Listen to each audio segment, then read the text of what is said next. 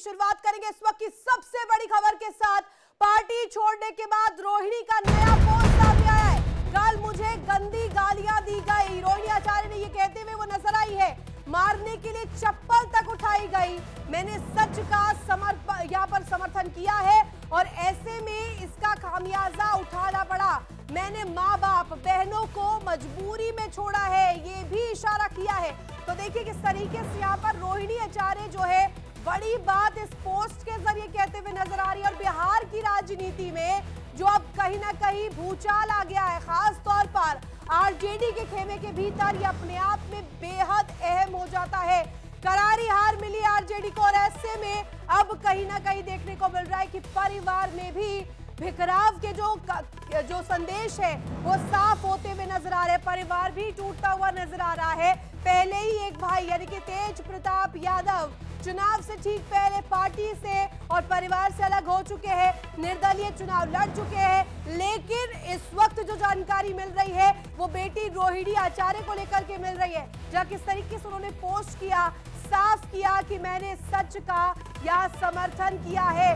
सच में मैंने पूरी तरीके से गिव अप नहीं किया। कल एक बेटी, एक बहन, एक शादीशुदा महिला, एक मां को जलील किया गया, गंदी गंदी भद्दी गालियां दी गई, मारने के लिए चप्पल तक उठाया गया। इसके अलावा उन्होंने लिखा कि मैंने अपने आत्मसम्मान से समझौता नहीं किया है, सेल्फ रिस्पेक्ट के लिए ये कदम उठा रही हूं, सच का समर्पण नहीं किया। और सिर्फ इसके साथ वो लिखती हैं कि इसको लेकर के मुझे टारगेट किया जा रहा है, इस वजह से मुझे बेइज्जती का सामना करना पड़ रहा है।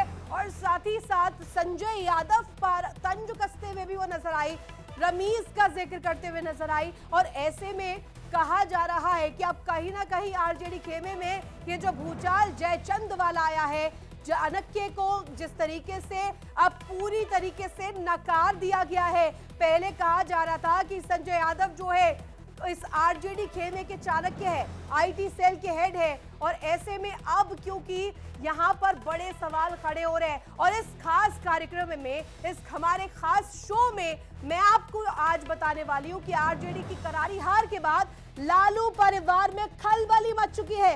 लालू की बेटी रोहिणी आचार्य ने परिवार से खुद को अलग कर लिया है करारी हार के बाद। देखिए करारी हार के बाद जिस तरीके से तस्वीर एक के बाद एक सामने आ रही है वो अपने आप में बेहद बड़े सवाल खड़े करती है। करारी हार के एक दिन ही बाद लालू प्रसाद की बेटी रोहिणी आचार्य ने राजनीति और परिवार दोनों से ही रिश्ता तोड़ने का चौंकाने वाला दावा कर दिया है। सोशल मीडिया पर किया गया ये उनका पोस्ट राजनीतिक गलियारों में भूचाल की तरह फैल गया है, एक सुनामी की तरह देखा जा रहा है। और रोहिणी ने इस फैसले के पीछे तेजस्वी यादव के करीबी संजय यादव और उनके सहयोगी रमीज पर दबाव का आरोप लगाया है। कहा है कि ये वही जयचंद है जो तेज प्रताप भी समय समय पर इशारा किया करते थे। और इन आरोपों ने आरजेडी के भीतर पहले से हो रहे विवादों को भी अचानक से सतह पर ला दिया है। यानी कि अब सवाल उठेंगे ही कि ये हार का साइड इफेक्ट है क्या। बिहार चुनाव के नतीजे आने के बाद रोहिणी आचार्य ने एक्स पर यह लिखा है कि वो परिवार और राजनीति दोनों से दूर जा रही हैं। उन्होंने साफ तौर पर कह दिया है कि ये कदम वो संजय यादव और रमीज के कहने पर उठा रही है। इसी के साथ रोहिणी ने भाई तेजस्वी पर भी गंभीर आरोप लगाए, भाई को भी पीछे नहीं छोड़ा इसमें। और रोहिणी आचार्य ने ये कहा है कि उनके परिवार में कहीं ना कहीं अब फूट डल चुकी है, उन्हें परिवार से निकाला गया है और सवाल पूछने पर उन्हें चप्पलों से पीटने की धमकी दे डाली गई है। अब आप इस बात की गंभीरता को समझिए, ये वही बेटी है जिसने लालू यादव को किडनी भी दी थी जब उनकी तबीयत थोड़ी खराब थी। वो पल भी आप याद कीजिएगा जब रोहिणी आचार्य पहुंची थी सिंगापुर के उस हॉस्पिटल में जहां पर किडनी ट्रांसप्लांट हुआ था और रोहिणी आचार्य ने ही पिता को किडनी दी थी। अगर बात की जाए रोहिणी आचार्य की तो रोहिणी आचार्य तब ज्यादा सुर्खियों में भी आई थी ये किडनी वाले फैसले को लेकर के। लालू यादव को किडनी फेलियर की जो समस्या थी, इस समस्या से उभरने में रोहिणी आचार्य ने समर्थन दिया था और ऐसे में उनका सपोर्ट करते हुए एक किडनी खुद अपने पिता को दे दी थी। लालू यादव की दूसरी सबसे बड़ी बेटी, और ऐसे में निश्चित तौर पर उनके साथ हुई बदसलूकी के बाद अब जो आरोपी उन्होंने यहाँ पर बनाए हैं, जो उन्होंने आरोप लगाया है, इसके बाद बिहार का सियासी पारा पूरी तरीके से हाई वोल्टेज हो चुका है, हाई हो चुका है। और इससे पहले तेज प्रताप ने भी संजय यादव पर जयचंद होने का आरोप पहले ही लगाया था। आरजेडी की हार की वजह भी उन्होंने संजय यादव को ही बताया था। अब आपको सुनवा देते हैं कि रोहिणी आचार्य ने, यानी कि लालू यादव की ये जो दूसरी बेटी है, इन्होंने कहा क्या है, आरोप क्या लगाए, चप्पलों से पीटा गया, ये भी बड़ा आरोप उन्होंने कहा। क्या कुछ कहा है, सुनवाते हैं। नहीं, मेरा कोई परिवार नहीं है। अब ये जाकर के आप संजय, रमेश, तेजस्वी यादव से पूछिए, मेरा कोई परिवार नहीं है। वही लोग निकाला है हमको परिवार से, क्योंकि रिस्पॉन्सिबिलिटी लेना नहीं है उनको।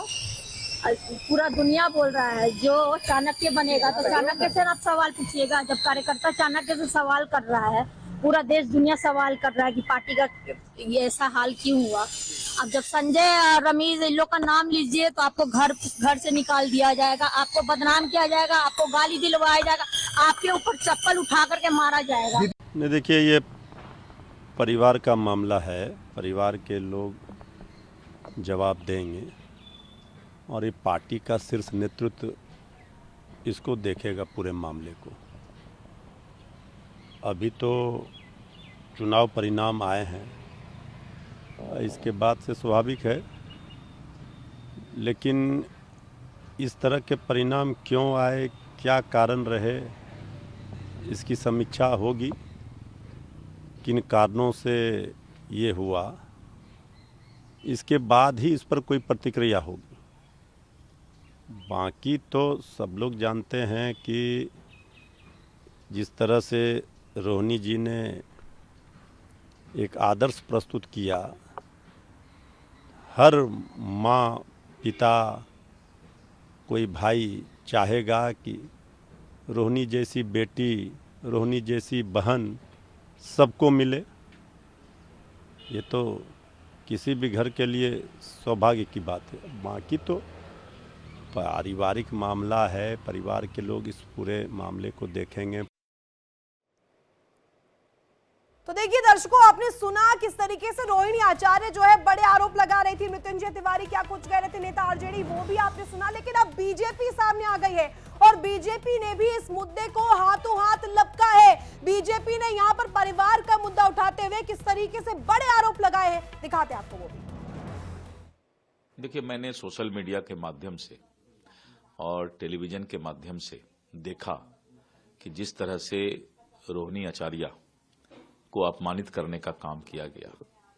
मैं उस परिवार के मामले में बहुत ज्यादा नहीं बोलना चाहता, क्योंकि किसी के परिवार के झगड़े में नहीं पड़ना चाहिए। लेकिन आदरणीय लालू प्रसाद जी से और आदरणीय राबड़ी जी से मैं सादर अनुरोध करूंगा कि परिवार इस तरह नहीं बिखरना चाहिए। जिस रोहिणी आचार्य ने किडनी देकर लालू जी की जिंदगी बचाई और आज उसको ये दिन देखना पड़े, ये उचित नहीं है। इसको जरूर लालू जी को, राबड़ी जी को ध्यान देना चाहिए। अब देखिए, वैसे इसमें बड़ा बहुत बोलना बनता नहीं है, मगर एक ये जरूर दिख रहा है कि जिन लोगों ने पूरे बिहार को चलाने के सपने देख रहे थे, वो परिवार भी नहीं चला पा रहे। रोहिणी आचार्य ने बहुत सारी बात कल मैं सुन रहा था, बहुत ही आपत्तिजनक। सवाल पूछने पे चप्पल से पिटाई हो सकती है, सवाल पूछने पे आपको घर से बाहर निकाला जा सकता है। ये कहीं न कहीं उस मानसिकता का परिचायक है जिस जंगल राज के लिए पूरा शासन जाना जाता था। मैं ईश्वर से प्रार्थना करता हूँ इन लोगों की अंदरूनी समस्याएं ठीक। रोहिणी आचार्य बेटी है, और बेटी जिसने अपने पिता की प्राण रक्षा की, अपने भाई के कलाई में राखी बांधी, उस बेटी के मन में अगर मनः पीड़ा है, राजनीतिक पीड़ा होना एक अलग विषय है, लेकिन उसके साथ व्यवहार की पीड़ा अगर है, तो यह तो गृह की जो लक्ष्मी होती है, बेटी लक्ष्मी होती है, सरस्वती होती है, उसका अपमान करना यह हमारी परंपरा का हिस्सा नहीं रहा है। और लालू जी, राबड़ी जी इस पर खामोश क्यों हैं? आखिर ये दूसरी घटना हुई। पहले ऐश्वर्या के साथ हुआ, अब रोहिणी के साथ हो रहा है। देखिए, रोहिणी आचार्य जी का इस्तीफा स्पष्ट करता है जो बार बार भारतीय जनता पार्टी कहती रही है कि इन लोगों को केवल परिवारवाद है, ये सत्ता की लड़ाई है इनकी, परिवार के अंदर सत्ता किसके पास आए, परिवार को आगे बढ़ाना है, आर्थिक तौर पर पैसा इकट्ठा करना, इस बात की लड़ाई है। बिहार के विकास की कभी भी राजद में लड़ाई नहीं थी, ये स्पष्ट हो गया रोहिणी जी के बाहर आने पर, उन्होंने स्पष्ट किया भी। तो बहुत दुख की बात है कि जो लोग कितने कितने साल तक राज करते हैं, केवल और केवल परिवार को पालने के लिए राज करते हैं, प्रदेश के लिए कभी उनकी कोई भावना नहीं रहती। तो देखिए, पटना से लेकर के हर ओर, चाहे दिल्ली की बात करें, बीजेपी खेमे के नेता जो है अब सवाल खड़े कर रहे हैं। और ये सवाल इसलिए भी लाजमी है क्योंकि आरजेडी की तरफ से जिस तरीके से हलचल अब हो रही है और रोहिणी आचार्य जिस तरीके से बातचीत यहाँ पर कर रही है, वो अपने आप में बड़े सवाल खड़े करती है। अब चलिए दर्शकों के सामने ये बता देते हैं कि आखिर संजय यादव कौन है। ये वही जयचंद है जिनका इशारा जो है कहीं ना कहीं तेज प्रताप यादव और यहाँ पर रोहिणी आचार्य अब करती हुई नजर आई। चलिए डिकोड कर लेते हैं इनको। कौन है संजय यादव? संजय यादव बिहार राज्यसभा के सांसद है जिनको हरियाणा से लाकर के बिहार में राज्यसभा का सदस्य बना दिया गया।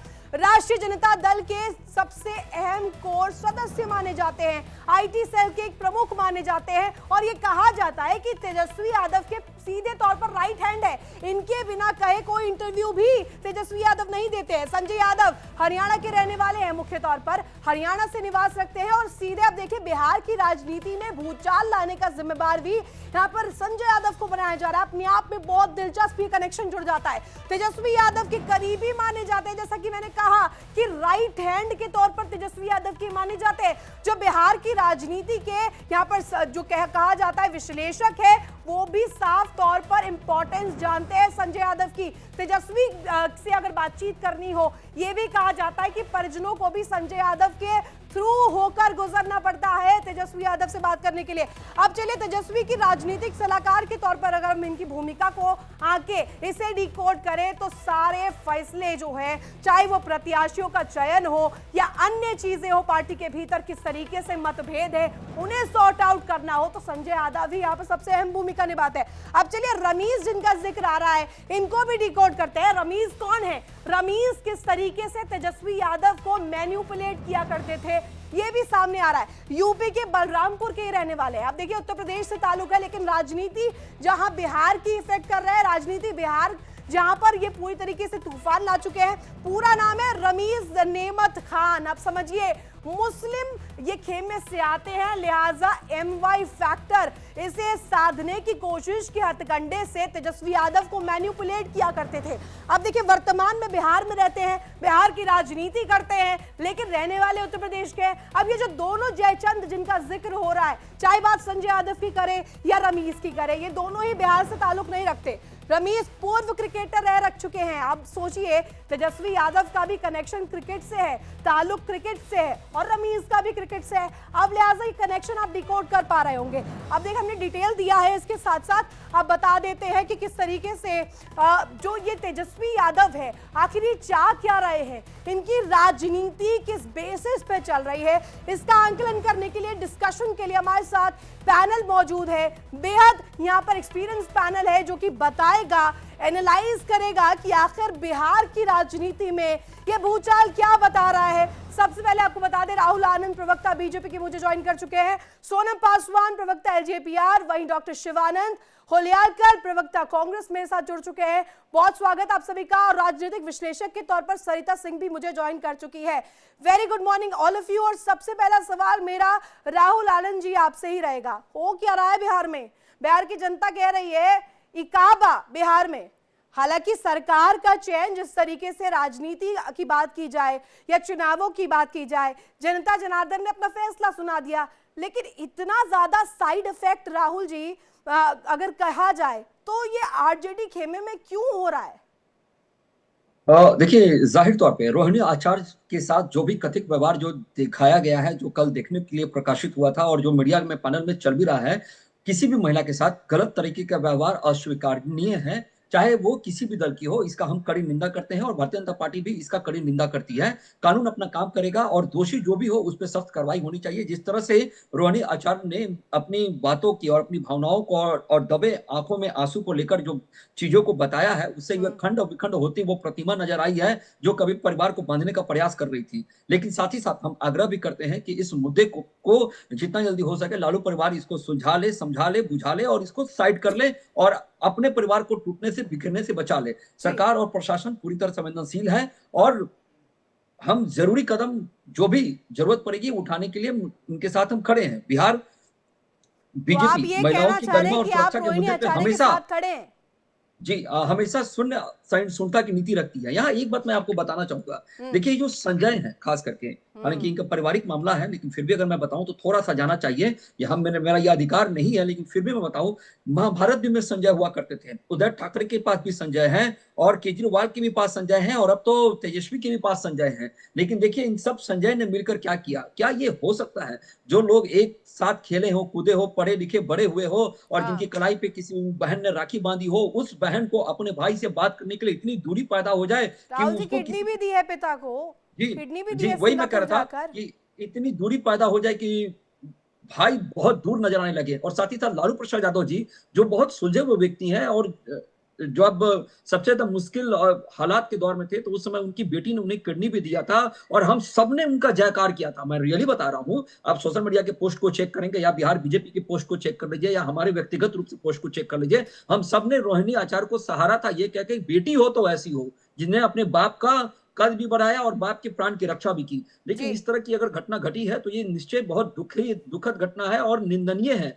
अगर बहन आपके घर को छोड़कर जाती है तो विदाई के वक्त जाती है, जब आप उसकी शादी किसी दूसरे व्यक्ति से करते हैं तो वो अपने ससुराल जाती है। बिहार में तो लेकिन खोइछा अपनी दिया माँ के जाता है आंगन में राहुल जी, आकर बिहार में तो जब बेटियों को विदा किया जाता है तो ये जो बिहार के हमारे दर्शक सुन रहे होंगे उन्हें ये समझ आ रहा होगा कि किस तरीके से खोइछा देकर उन्हें विदा कर दिया जाता है। लेकिन यहाँ पर तो जूते चप्पलों के साथ विदा किया जा रहा है, इस तरीके से मजबूर किया जा रहा है कि वो खुद ही छोड़ दे, पार्टी भी छोड़ दे, परिवार भी छोड़ दे। और हमारे साथ सोनम पासवान जी भी जुड़ी हुई है, प्रवक्ता एलजेपीआर की है। सबसे पहले सोनम जी बहुत शुभकामनाएं आपको, महुआ सीट में तो आपने बम्पर जीत हासिल की है, तेज प्रताप वहां से खड़े थे लेकिन वहां कुछ कमाल उनका प्रताप दिख नहीं पाया है। इसके पहले अगर मैं कहूं जब चुनाव का ये जो पूरा दौर है, ये जो बिगुल है वो बज रहा था या कैंपेनिंग के दौरान भी मैं कहूं तो तेज प्रताप ने एक बहुत इंपॉर्टेंट पॉइंट हाईलाइट किया था जयचंदो का, तब नजरअंदाज कर दिया जयचंदो को और अब जब रिजल्ट आ गया है तो ठीकरा फोड़ दिया।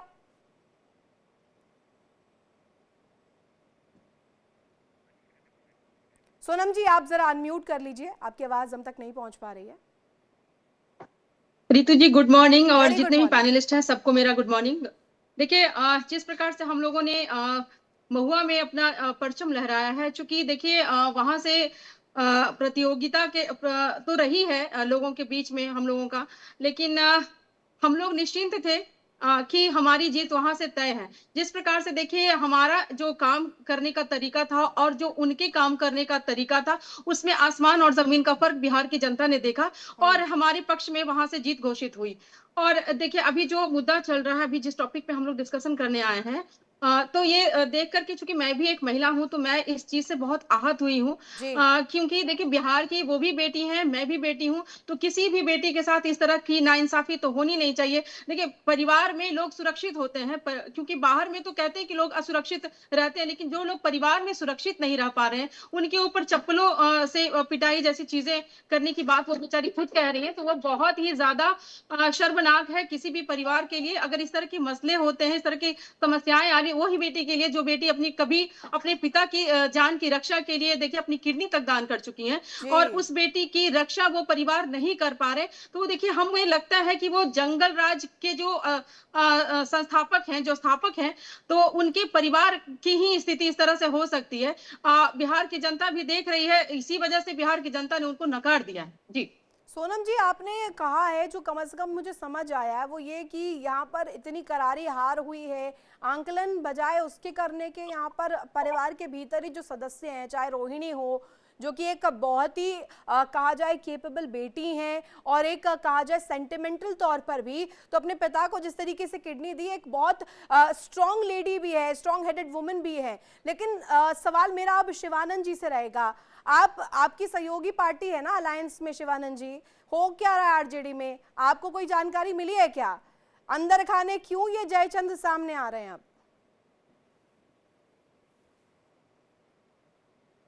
Unmute thank you for. जी जी जी जी बोलिए।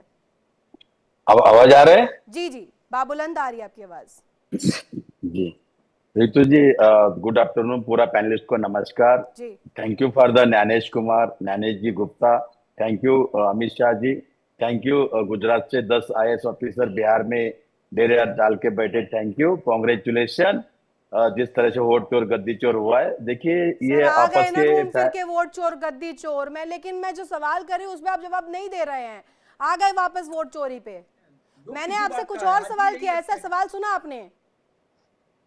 मैं अच्छे से सुना हूँ, आगे मेरे को बात तो करने दो जी रितु जी, आप जी। अपनी पॉइंट रखिएगा पर सवाल का तो जवाब देंगे ना सर, पहले सवाल का जवाब दीजिए ना। जी जी देखिए, ये आपस में मामला है, फैमिली का मामला है, आपस में भाई बहन में होता है झगड़ा, ऐसा कुछ नहीं, मेरे घर पे भी होता है, ऐसा कुछ नहीं है। बीजेपी में नरेंद्र मोदी सर और उनके वाइफ का भी झगड़ा चल रहा है आजकल, हमने मीडिया में नहीं उछाल रहे, कंगना रनावत का चल रहे हैं और तो मानसी सोनी का चल रहे हैं। नहीं, बात सुनिए रितु जी, लालू प्रसाद यादव जी हमारे फैमिली है, रिस्पेक्टेड फैमिली है, और आपस में बैठ के वो सुलझाएंगे, और जो भी भाई बहन में जो झगड़ा है आपस में बैठ के कर लेंगे।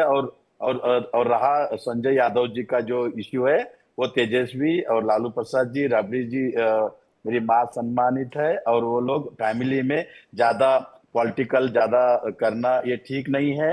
दूसरी बात, उन्होंने पापा के लिए किडनी दिया है, देखिए आप भी रहते तो रितु, आप भी पापा के लिए देते तो बार बार चैनल में दौड़ाना ये ठीक नहीं है। एक माता बहनों का अपमानित करने जैसा है। उसी बेटी को, बिहार की बेटी को ही तो कहा जा रहा है, वो खुद चीख चीख कर कह रही है जूते चप्पलों के साथ किस तरीके से दुर्व्यवहार किया गया, ये वो खुद ही कह रही है ना। रितु जी, सर आप कैसे झुठला सकते हैं इस बात को? रितु जी देखिए, मैंने अभी भी बोल रहा हूँ, ये फैमिली का मामला है, आपस में बैठ के सुलझा देंगे, और हो सके जितना हो सके हम। मैं इस पे आपको थोड़ा करेक्ट कर दूं सर, सुन लीजिए पहले। उन्होंने खाली परिवार का बात नहीं किया, परिवार तक रहता तो तब भी समझ आता। उन्होंने ये कहा है कि पार्टी के बिखराव के पीछे भी संजय यादव है, इस पर भी कहिए ना सर। देखिए रितु जी, हर पॉलिटिक्स में एडवाइजर होता ही है। आदरणीय देश के प्रधान नरेंद्र मोदी जी का और अमित शाह जी का जो एडवाइजर है ज्ञानेश कुमार गुप्ता जी है, थोड़ा दिन वेट इन वॉच।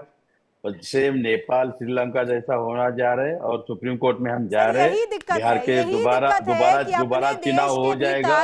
अपने राज्य में जहां कंटेस्ट कर, शिवानंद जी अब टोकिए मत आप, क्योंकि आपको मैंने बहुत समय दे दिया, आपने जवाब नहीं दिया। राहुल जी भी इंतजार कर रहे हैं, उन्होंने भी हाथ खड़ा किया। नहीं, क्या जवाब था रितु जी आपका? मैं आपसे जवाब चाह रही थी। उन्होंने सिर्फ परिवार के लिए नहीं कहा, उन्होंने पार्टी के लिए भी कहा। पार्टी तक का तो जवाब आप देंगे ना? चलिए ठीक है, मान लेती हूँ भाई बहन में झगड़ा हुआ, लेकिन पार्टी को लेकर के क्यों कहा? देखिए उनका कुछ पर्सनल राय भी रहेगा, उन्होंने कुछ मतभेद हुआ रहेगा टिकट बांटों में, टिकट बांटने में भी, या पार्टी में ज्यादा ध्यान नहीं दिया रहेगा। हर बार संजय यादव जी का और दूसरा जो जयचंद जी का बार जो हो रहा था, उसमें शायद वो मेरी बहन आचार्य जी नाराज रहेंगे। पे क्यों आ जाते हैं फिर आप? कमी तो आपकी रह गई ना फिर इसे एड्रेस करने में, बिहार वासियों में पहुंचाने के लिए। ये कोई जयचंद नहीं कर रहा है। रितु जी बोलिए। मैं कांग्रेस का CWC मेंबर हूँ, मैं कांग्रेस का कुछ तो मैं भी कार्य करता हूँ, मेरे को भी नॉलेज है। सुनिए रितु जी, सुनिए। आदरणीय देश के होम मिनिस्टर अमित शाह जी चुपके कहाँ आ रहे थे, किसको मिला, किस तरह से मैनेज किया, ये सब व्हाट्सएप आउटगोइंग इनकमिंग हमारे पास है। आपको जवाब देना चाह रहे हैं राहुल जी, मैं चाहूंगी आप कनेक्ट करके, आप क्योंकि डिस्कशन में ओपन कर रहे हैं। बात तो करने दो मेरे को। राहुल जी मैं वापस आ रही हूं आपके पास, अभी रुक जाइए जरा, शिवानंद जी जवाब दे दें। हाँ आ रही हूं सोनम जी आपके पास। अरे 1 सेकंड, नहीं रितु जी, मेरे को 30 सेकंड बात करने दीजिए। कीजिए बिल्कुल अपनी पॉइंट को रेज कीजिए। स्वर्गीय इंदिरा गांधी जी का 1984 में हत्या होने के बाद कांग्रेस का भी इतना मेरिट नहीं था। आज बीजेपी का उन्होंने 110 में से 92 सीट्स आया, ये अजब की गजब हो गया। और thank you for the Gyanesh Gupta, इसका हिसाब तो होगा। और हमने ज्ञानेश कुमार को क्वेश्चन पूछा तो बीजेपी और जेडीयू को मिर्ची लगने की कोई जरूरत नहीं है। इसको रजिस्टर हमने करवाइए सर। ज्ञानेश, और आपको भी बोल रहा हूं मैं, रितु जी हाँ। थोड़ा बात सुनिए। अपोजिशन को आप कमजोर मत दिखाइए। दूसरी सर। बात मैं दूसरी क्यों बात दूंगी? सुनिए जी रितु जी, दूसरी बात, आदरणीय देश के प्रधान नरेंद्र मोदी जी, कांग्रेस टूटने जा रहे हैं। अरे भाई, खुद की घर संभालो।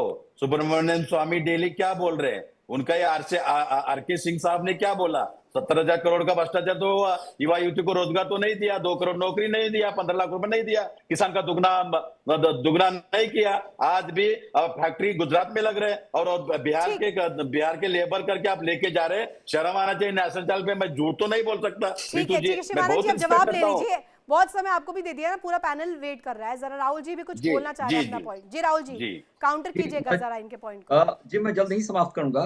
देखिए, शिवानंद जी ने एक बात कही कि इंदिरा गांधी जी के मृत्यु के विषय का चर्चा किया, तो मैं आपको बता देता हूं कि कांग्रेस में एक संजय हुआ करते थे जिन्होंने इमरजेंसी लगवा दी, सब चीज करके उनके चार्ज को हाथ में ले लिया था। खैर चलिए, वो आपका अपना आंतरिक मामला है। लेकिन आपको मैं भूल गए होंगे राहुल जी। जी मैं आगे बता देता हूं कि देखिए, ये जो झगड़ा है ये पब्लिक डोमेन में है। मैं अभी भी हमारी पार्टी का भी लाइन यही है कि हम उसका प्रतिकार करते हैं, क्योंकि ये नहीं होना चाहिए। वो घर की बेटी है और बिहार की बेटी है, और उसका एक स्वाभिमान है, उसका एक संस्कार है। और जिस तरह से वो पब्लिक डोमेन में आके बातों को कर रही है, इसका मतलब उसके कोई आंसू को पोंछने वाला नहीं है। मैं एक संवेदना के तहत ये बात कर रहा हूं, मैं एक संवेदना के तहत बात कर रहा हूं, मैं पार्टी के तहत बात नहीं कर रहा हूं। दूसरी बात मैं आपको बता दूं कि आज भी कांग्रेस वही लटकी झटकी और भटकी है, क्योंकि राहुल गांधी जी भी हार के बाद उनका एक ट्वीट देखिए तो उन्होंने क्या लिखा है। लोकतंत्र को बचाने निकला था, लोकतंत्र में ठगा महसूस कर रहा हूं। तो इस तरह का अगर आप ट्वीट करेंगे तो इसका मतलब अभी भी आप नहीं संभले हैं, अभी भी आपके आंखों पे पट्टी ही है। दूसरी बात मैं बताऊं कि ये कांग्रेस के लोग जो भी हैं वो विपक्ष में अपडेट नहीं हो पाते हैं। विपक्ष में बढ़ते तो हैं, आज भी देखिए 2014 के मामले को उठा रहे हैं, और उसके बाद भी लगातार ऐसी ही बातें करेंगे जिसका कोई उचित नहीं होगा, ना सिर होगा ना पांव होगा। लेकिन अभी शिवानंद जी जो संविधान की प्रति को दिखा रहे थे, शिवानंद जी उसमें पेज नंबर 324 खोलिए और 15वां अध्याय पढ़िए, जिसमें इलेक्शन कमीशन के अधिकार के बारे में लिखा गया है। उसका आर्टिकल 324 पढ़िए और 325 पढ़िए। उसमें चुनाव आयोग को अपने संविधान में जो अधिकार मिले हम सब जानते हैं क्या हो रही है, उसको एक बार पढ़ लीजिए। वो दिखाने का नहीं है, वो पॉकेट डिक्शनरी के रूप में उसको इस्तेमाल मत कीजिए, उसको एक बार पढ़ लीजिए। पढ़िए 324 ठीक है राहुल जी और शिवानंद जी, सोनम जी, आप तीनों के पास में एक एक करके आऊंगी। अभी डिस्कशन लंबी है, अभी बातचीत करेंगे। मेरे को ज्वाइन कर लिया सरिता सिंह जी ने भी, उनके पास मैं जा भी नहीं पाई हूँ ओपनिंग कमेंट के लिए। सरिता जी, सबसे पहला सवाल आपसे मेरा यही रहेगा, क्योंकि कहा जाता है ना कि जो आरजेडी खेमा है, महागठबंधन अलायंस का सबसे बड़ा कहा जाता है, एक बहुत बड़ी पार्टी उस गठबंधन की थी, बहुत बड़ी हिस्सेदार है, लेकिन हुआ क्या, कहां कमी रही, फेलियर कहां रहा, ये तो कहीं ना कहीं पूरी तरीके से एनालिसिस का विषय है। मैं आपसे समझना चाहूंगी दिक्कत हुई कहां। जो मैं 3 समस्या माकूल तौर पर यहां पर समझ पा रही हूं। पहला, यहां पर कहा गया कि चुनाव की कैंपेनिंग के दौरान एड्रेसिंग सही से नहीं हुई। पहली समस्या थी चुनावों में किस तरीके से वोट पाया जाए। दूसरा ये था कि परिवार को एक कैसे रखा जाए, परिवार ना बिखरे। इसे शिवानंद जी बाद में दिखाइएगा ना, आपके पास आऊंगी मैं, थोड़ा इंतजार कर लीजिए, थोड़ा सा सब्र कर लीजिए, आ रही हूं मैं आपके पास। अब मैं तीसरे पॉइंट पर जाती हूँ सरिता जी। तीसरा पॉइंट ये था कि पार्टी को जिताने के साथ साथ पार्टी जो अभी तक कर पाई है उससे बेहतरीन कैसे किया जाए, पार्टी का जो अस्तित्व है उसे कैसे बनाया जाए। ये क्या तीनों जो पक्षोपेक्ष है इसमें फंस गए तेजस्वी?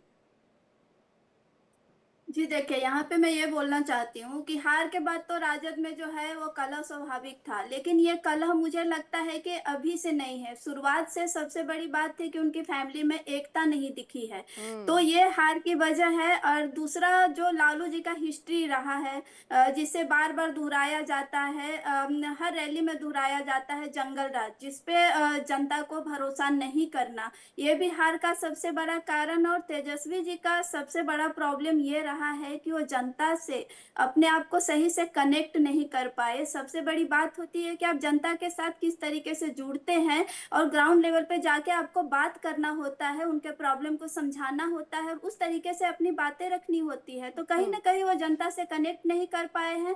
तो मेरे हिसाब से हार की सबसे बड़ी ये भी वजह रही है। और मैं ये भी कहना चाहूंगी कि आपकी फैमिली में अगर कोई दूसरा फैसला लेने लगता है तो यहाँ से जो है अलगाव चालू हो जाता है। जहाँ यहाँ पे सीधा सीधा दिख रहा है कि रोहिणी जी को पार्टी छोड़ना पड़ रहा है या उन्हें मजबूर किया गया है कि वो पार्टी छोड़ दे, और तेजस्वी जी के सामने रोहिणी जी का इतना बड़ा अपमान करना, वो भी संजय यादव के द्वारा, ये अपने आप में दर्शाता है कि भाई बहन में भी बिल्कुल भी एकता नहीं है। और यहीं पे आप तेज प्रताप को भी निकालने की जब बात हुई थी तो उस टाइम भी फैसला उन्होंने ही लिया था, चाहे वो टिकट बांटने की बात हो, चाहे वो रणनीतिकार जो रमेश जी है वो, और संजय यादव, उन्हीं का फैसला उनके घर में चलता है। और मुझे लगता है कि अब तो आपने इशारों में इस बात को तो पॉइंट आउट कर दिया सरिता जी कि वो जो कहते हैं वो ही मानते हैं तेजस्वी, चाहे वो बात परिवार वालों की हो, पार्टी के भीतर की हो, या प्रत्याशी किसको बनाना है, टिकट किसको देना है, ये पूरा फैसला संजय यादव करते हैं। पूरी तरीके से बॉल उनके खेमे में रहती है, तेजस्वी को बस वो बताते हैं और तेजस्वी वो फैसला ले लेते हैं। यही कहना चाह रही हैं आप? जी, मेरे हिसाब से अभी तक तो जितना सीन दिखा है, जितना सिनेरियो बाहर आया है, या उनके बहन को मजबूरन आके मीडिया के सामने ये सब बातें करना, तो आप सोच लीजिए कि कितनी मजबूर रही होगी कि घर की बातें जब बाहर आने लग जाए, मीडिया में आने लग जाए, तो समझ जाइए कि ये भाई बहन के बीच की बात नहीं है। और इसमें सीधा सीधा है कि सीधा सीधा दिख रहा है कि राजनीति में आप जो कह रही है वो पॉइंट मुझे मिल गया है। और दर्शकों के लिए एक बड़ी खबर भी आ गई है, आप सभी का वापस से मैं रुक करूंगी। बड़ी खबर जानकारी दर्शकों को दे दे, और ये बड़ी खबर ये है कि रोहिणी आचार्य का एक एक्स पर पोस्ट सामने आया। मुझे गालियां देकर के गंदी कहा गया और मुझे कहा कि पिता को किडनी लगवाई है, गंदी किडनी लगवाई है अपने आप में। अब ये कहीं ना कहीं बहुत ही दिलचस्प पॉइंट उठाया है, करोड़ों रुपए लेने का आरोप लगाया, पिता को बचाना गुनाह बताया, रोहिणी कह रही हैं। आप देखिए जिस पॉइंट को शिवानंद जी आप उठा रहे थे, अब उनसे सवाल जब पलटकर पूछा जाएगा तो देखिए कहा जाएगा कि ये उनके पारिवारिक मामले हैं, अंदर परिवार का मामला है। शिवानंद जी आप बताइए ना, कह रही हैं कि किडनी भी दी और वो भी गंदी दी। देखिए रितु जी, अभी भी मैं बोल रहा हूँ, ये फैमिली का मामला है। आपस में बैठ के मैं भगवान को प्रार्थना करता हूँ कि जल्द से जल्द ये दोनों फैमिली एक साथ होके बैठ के इसके सॉल्यूशन निकलेगा और गुड न्यूज आ जाएगा। आप भी तो पार्टी है अलायंस की सर, आप भी कुछ पहल कर लीजिए ना। रितु जी, वो मेरी बहन सम्मानित है और हमेशा रहेगी। दूसरी बात मैं यही प्रार्थना कर रहा हूँ, देखिए जो भी उनका मन हर्ट हुआ रहेगा, कुछ भी दुखी हुआ रहेगा, उनकी बात देखिए, माता भगिनी को हमेशा कांग्रेस पार्टी हो, आरजेडी हो, हम आप सभी लोग हमारे साथ बने रहे। हमेशा फिलहाल वक्त एक बहुत छोटे से ब्रेक का है, ब्रेक के उस पार भी ये चर्चा लगातार जारी रहेगी और इंडिया डेली पर ये खबरों का सिलसिला इसी तरीके से चलता रहेगा। इंडिया डेली अब आपके स्मार्ट टीवी पर भी मौजूद है। इंडिया डेली 24/7 अब इन सभी प्लेटफॉर्म्स पर आप लाइव देखें।